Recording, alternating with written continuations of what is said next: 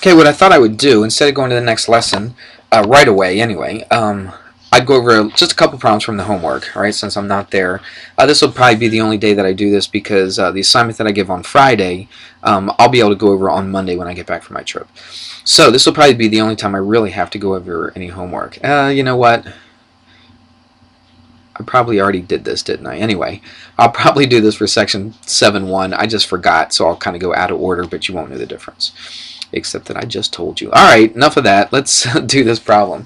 Number 9. It's what's it say? It says list all pairs of congruent angles. So we have to say what angles are equal to each other. So where do we go to know what angles? Do I know that J and S go together because they're both at the top left? Is that what I want to do? No, I go by my similarity statement. Okay, they give me a similarity statement. That's really, really important to me because I know what angles are equal to each other. If you wanted, what you might want to do is just mark them. Okay, J and P. J and P are equal to each other. So J and P, they're the ones that are equal. All right, and how do we know that? Because they told us that these two polygons were similar to each other. And so the letters have to match up in the correct order. So the J and the P have to equal each other. What else? The H and the Q. So H has 2 and Q has 2. F and S go together. So F, 1, 2, 3, and S, 1, 2, 3. It's a little bit small. And then what? M and T. So we'll go 4. 1, 2, 3, 4. And then T. 1, 2, 3, 4. Okay, now you can just visually look at it and see which letters go together. So the question that they ask is to list all the pairs of congruent angles. That's the first thing. They actually ask you to do a couple things here. But they want you to list the pairs of congruent angles. So all we got to do is just write them out. Technically, you didn't even have to mark these things, right? Because you could have just looked right here. That's all you needed. You didn't even need the picture. All you needed was this similarity statement to be able to do this problem. You didn't even have to have the pictures. But the pictures help us visualize things. So what am I going to say? I'm going to say that angle J equals, now I could look at the picture, J and P equals, or you could just look up here. J and P are in the same spot, so angle J and angle P equal each other. What else? And we can do this a lot quicker now. H and Q go together. Do you see why? H is the second one, Q is the second one. What else? F and S. So angle F equals angle S, and then the last one, M and T. So angle M equals angle T. So that's the first part of it. It says list all the pairs of congruent angles. Now it says to do one more thing. Now remember, what's true about similar polygons? That the corresponding angles are equal and the corresponding sides are in proportion. So I think that's what they're going to ask us next, and sure enough they do. It says write a proportion that relates the corresponding sides. We did the angles, now we do the sides. Let's write that down. We did the angles, now we're going to do the sides. Go with this green. Alright, so now we're going to do the sides. Remember, they're proportional to each other. So it's not like this side equals one of these sides. We're going to do a ratio. So again, you didn't really even need the picture. You could just go by this. For instance, let's do it. JH. Here's JH right here. There's JH right here. So JH, what do we can compare it to? Compare it to the same two sides on the other polygon. So these are the first two. Compare them to the first two. So watch what I do. JH, and we compare it. That's our comparison, our ratio. JH to what? PQ. Alright, let's just keep going. What other sides do we have? We have JH. What else do we have? Let's use the J again. We got, I'll tell you what, let's just go around the horn, right? JH, and then what? HF. Alright, so HF would be the next two. So I'm going to go HF. Remember, I'm comparing the left one to the right one, or the bigger one to the smaller one. So I'm going to compare HF to what over here? Well, the second two in this row, QS. QS. See, JH compares to PQ. So this one relates to this one right here. They're not equal to each other, okay, but the ratios are all the same. Then HF, which one? This one right here, and QS, this one right here. So they're the ones that match up. So if you actually had numbers there, you would set them up as a ratio. Let's keep going. So HF. Let's go this one down here. MF or FM. Let's go FM. FM to what? Over here, to the last two. ST. Good. Hopefully you're seeing the little pattern here. We went JH, and we found out what was the same over here, and that was PQ. Then we went HF. We looked over here, which was the same one. It was QS, this one right here. Then we went FM. Which one is it over here? It's ST. Now we got one more side. We got MJ. Michael Jordan. All right, MJ. So if I go MJ, look at this. I go MJ. That's the last one to the first one. So come over here and do the same thing. What's the last one? T. What's the first one? P. So T and P. That's your corresponding sides. So what's your answer? Your answer is all this. Okay? That's your answer right there. That's what they want you to do for numbers 8 through 11. I did one of them. You should be able to figure out how to do the rest of them after that one. All right, let's go on to another style of problem. Okay, here's another one you had to do. This is number 12. I just picked it randomly, I guess. I actually wanted to pick one that didn't work. So what does the problem say? It says determine whether each pair of figures is similar. So I got to decide, is this triangle similar to this triangle? It says if it is similar, write a similarity statement. All right, and the scale factor. If not, explain your reasoning. Okay, well, let's take a look. First of all, are they similar? Remember we had the two things. Remember we wrote down 1 and 2? The first one was that the corresponding angles had to be equal. So let's see what they have first of all. First of all, you have a right angle on this triangle, and you got a right angle on this triangle. So far, so good. But look at the other two angles. I got a 42 degree here. Are either one of these 42? Of course not. That's 39 and that's 51. So if I have a 42 here and I don't have a 42 over here, then they absolutely are not similar triangles. Because remember what has to be true about the angles. The corresponding angles have to be congruent. So what was your reasoning? I would say that the corresponding angles, okay, are not, watch this, are not congruent. That's a nice little way to write it. All kinds of other ways you could have written this, I guess, but that's how I decided. I just said that the corresponding angles are not congruent. That's basically it for that. That's all I had to do. I don't even care about the sides. I know right now that the corresponding angles, if this is 42, there's got to be a 42 over here. If this is 48, there would have to be a 48 over here, and there's not. So the two triangles are not similar to each other. And what did I do? Why did I put congruent here? Somebody stop me. Did anybody notice that? I'm not looking to see if they're congruent or not. What am I looking to see? I'm looking to see if they're similar. So let's just write it out. They are not the corresponding angle. Oh no, wait a minute. Oh my goodness. I'm going crazy. There we go. I was right.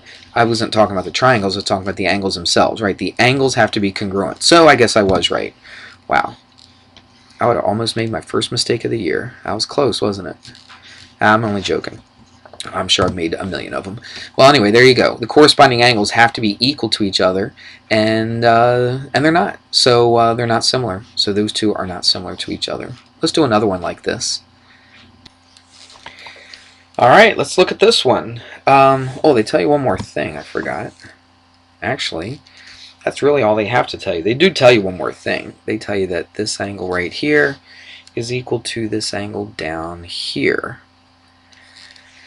I won't get into it, but they actually didn't have to tell you that, but they did. Makes it a little easier. So first of all, let's determine if these two triangles are similar to each other. If they're similar, two things must be true. All the corresponding angles have to be equal to each other, and all the sides have to be in proportion, which means they all have to reduce the corresponding sides. The ratios have to be the same. They got it all reduced to the same thing. So let's try the angles first. That's usually the easiest. Let's take a look. Well, this triangle has a right angle. This triangle has a right angle. So far, so good. What else? Ooh, they got another one. Angle B and angle C. So that's the second angle. Is there a third? Well, there is. Right here. So they're vertical angles. So those two angles are equal to each other. So check it out. I've got one pair, D and G. I've got a second pair, B and F. And I have a third pair, these two vertical angles. So far, so good. These triangles have all three angles of this one are equal to all 3 angles of this one. But what else do we have to figure out? We got to figure out if the sides are in proportion. So we're going to have to set up a proportion here. Let's change colors, and let's see if we can set up a proportion. Let's do this. Let's compare. Let's do. You can use any of these sides. It really doesn't make any difference where you start. Let's start with 3. Okay. So I'm going to compare 3 to what? Well, how do I know which one 3 matches up with over here? Well, I always look to see the opposite angle. 3 is opposite this angle with 1 arc. So come down here to this triangle. Here's the angle with 1 arc. What side is opposite that? 4 is.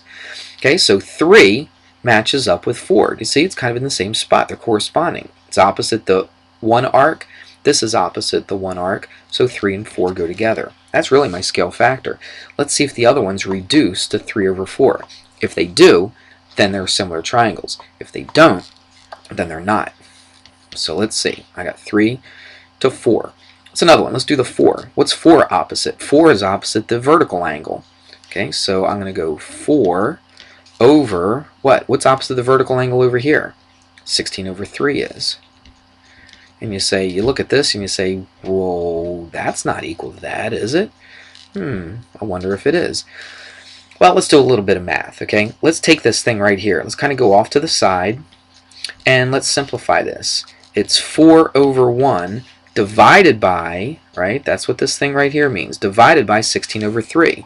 You remember when you did fractions when you were a kid? What's the same thing as division? Same thing as dividing. A fraction is multiplying by the reciprocal. Hopefully you remember that. So 14 divided by 16 over 3 is the same thing as 4 over 1 times the reciprocal, which is 3 over 16. All right, let's see what this works out to be. Look at this. If I multiply here, that 4 goes into 4 once, 4 goes into 16 4 times. Check it out. What's 3 over 4? 3 over 4 is exactly equal to 3 over 4 right here. So that is 3 over 4. So what have we done? So far, so good. Right? One ratio of 2 sides is 3 over 4, and I got a second ratio of the 2 corresponding sides is 3 over 4. Now I just got to do the last one, see if it comes out to 3 over 4. If it does come out to 3 over 4, we're good. Then the triangles are similar.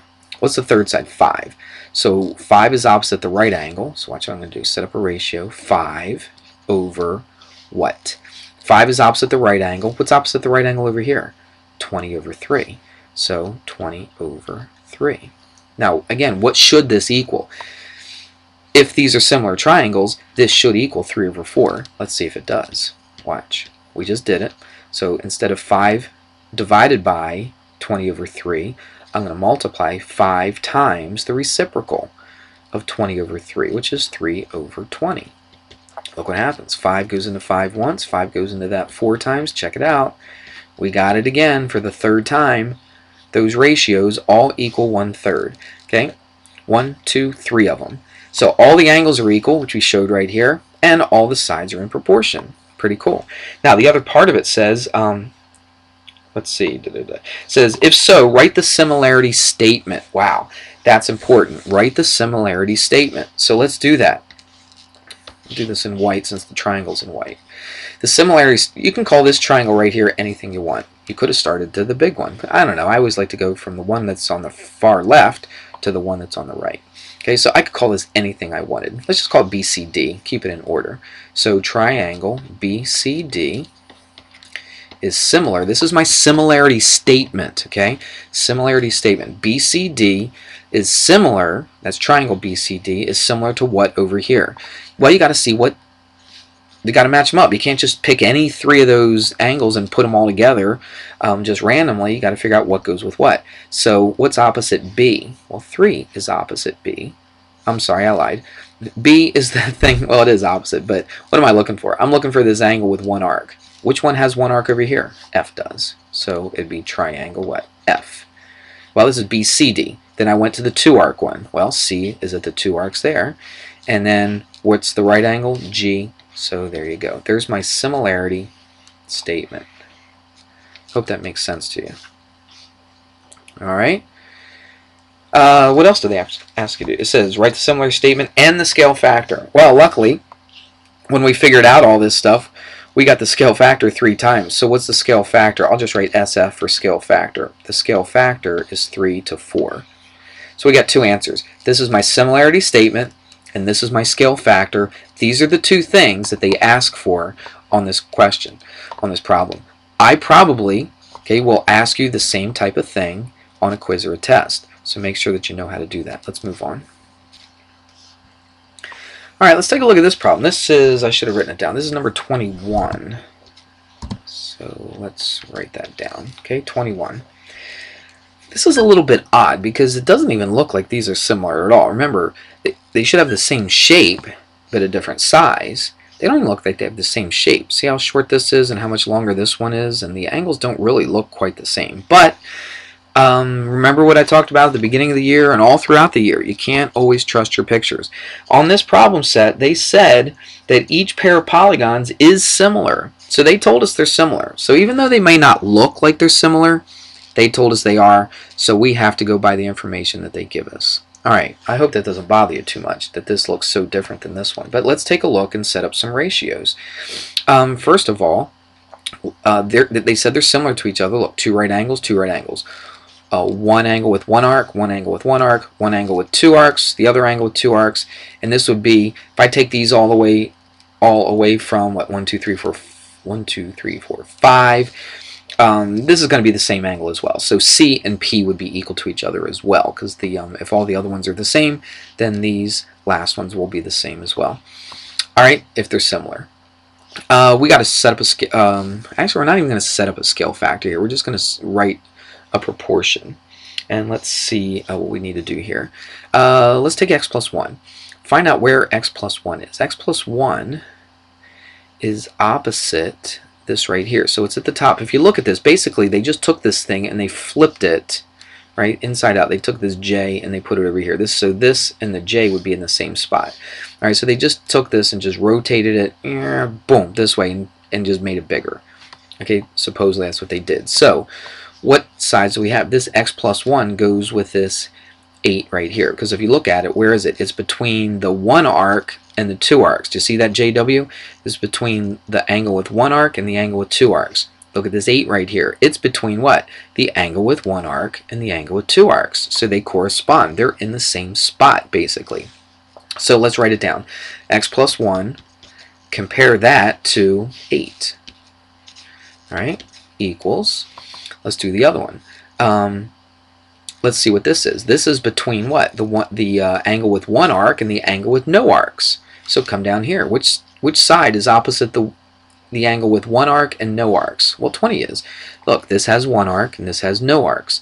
So 20 is between them. So 3x plus 1 and 20. Hopefully you see how they match up. The x plus 1 matches up with the 8. The 3x plus 1 matches up with the 20.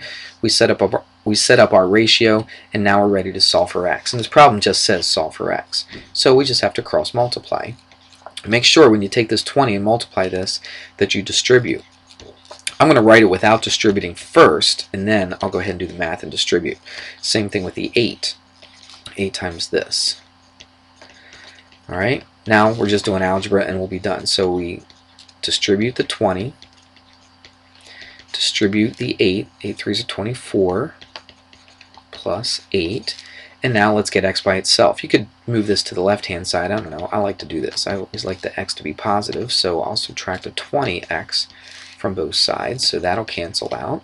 And let's get the 8 over on the left hand side, and the 8 will cancel out. See what we get, 20 minus 8, that's 12. 24x minus 20x is 4x. Divide by 4, x is 3. And then you're done. That's it. Right? Doesn't look like they're similar, but they told us they are, so we have to go by the numbers, and that's exactly what we did. I didn't really go completely by the shape, because that looks way longer than... I mean, if this was really similar, this should be a whole lot longer than what this is, but... and they're just not, they don't look like they're in proportion, but that's the point. We don't care if they look like it. We just want to make sure. Alright, so what am I going to do here? I took a long time. It took like 20 minutes to go over this, and I don't think I'm going to be able to go through a whole entire lesson today. So what I might do is just give you a worksheet again, just to practice this one more time. Let's see, what are we on? 7.2. So yeah, I might as well just do that. I might just give you a worksheet to work on. So I'm trying to think. This is Sunday night I'm doing this stuff. I got to think of my schedule here. So Monday, of course, we don't have school.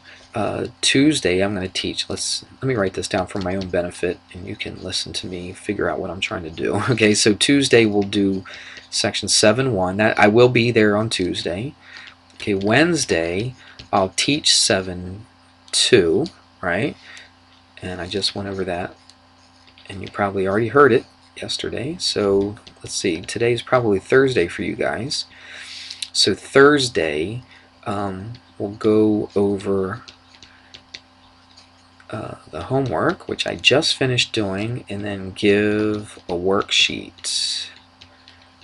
Alright, so that's what we'll do Thursday, and then I'll give you a worksheet on 7.2. And then on Friday, I'll teach 7.3. Alright, that works out pretty good.